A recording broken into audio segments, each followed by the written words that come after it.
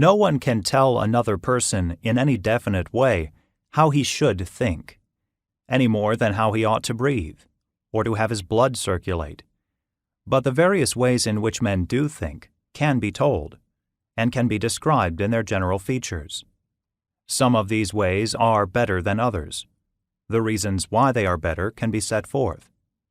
The person who understands what the better ways of thinking are, and why they are better, can, if he will, change his own personal ways until they become more effective, until, that is to say, they do better the work that thinking can do, and that other mental operations cannot do so well. The better way of thinking that is to be considered in this book is called reflective thinking, the kind of thinking that consists in turning a subject over in the mind and giving it serious and consecutive consideration. Before we take up this main theme, we shall, however, first take note briefly of some other mental processes to which the name thought is sometimes given. The stream of consciousness. All the time we are awake, and sometimes when we are asleep, something is, as we say, going through our heads. When we are asleep, we call that kind of sequence dreaming. We also have daydreams, reveries, castles built in the air, and mental streams that are even more idle and chaotic. To this uncontrolled coursing of ideas through our heads, the name of thinking is sometimes given. It is automatic and unregulated. Many a child has attempted to see whether he could not stop thinking, that is, stop this procession of mental states through his mind, and in vain. More of our waking life than most of us would care to admit is whiled away in this inconsequential trifling with mental pictures, random recollections, pleasant but unfounded hopes, flitting, half-developed impressions.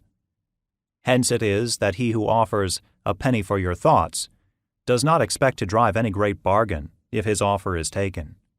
He will only find out what happens to be going through the mind, and what goes in this fashion rarely leaves much that is worthwhile behind. Reflective thought is a chain. In this sense, silly folk and dullards think. The story is told of a man in slight repute for intelligence, who, desiring to be chosen selectman in his New England town, addressed a knot of neighbors in this wise: "I hear you don't believe I know enough to hold office. I wish you to understand that I'm thinking about something or other most of the time." Now, reflective thought is like this random coursing of things through the mind, in that it consists of a succession of things thought of. But it is unlike, in that the mere chance occurrence of any chance something or other, in an irregular sequence, does not suffice. Reflection involves not simply a sequence of ideas, but a consequence, a consecutive ordering in such a way that each determines the next as its proper outcome, while each outcome in turn leans back on, or refers to, its predecessors. The successive portions of a reflective thought grow out of one another and support one another. They do not come and go in a medley. Each phase is a step from something to something. Technically speaking, it is a term of thought. Each term leaves a deposit that is utilized in the next term. The stream or flow becomes a train or chain. There are in any reflective thought definite units that are linked together, so that there is a sustained movement to a common end. Thinking usually restricted to things not directly perceived.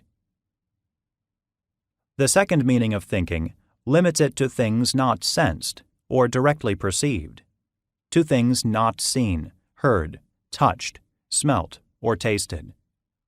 We ask the man telling a story if he saw a certain incident happen, and his reply may be, "No, I only thought of it." A note of invention, as distinct from faithful record of observation, is present. Most important in this class are successions of imaginative incidents and episodes that have a certain coherence, hang together on a continuous thread, and thus lie between kaleidoscopic flights of fancy and considerations deliberately employed to establish a conclusion.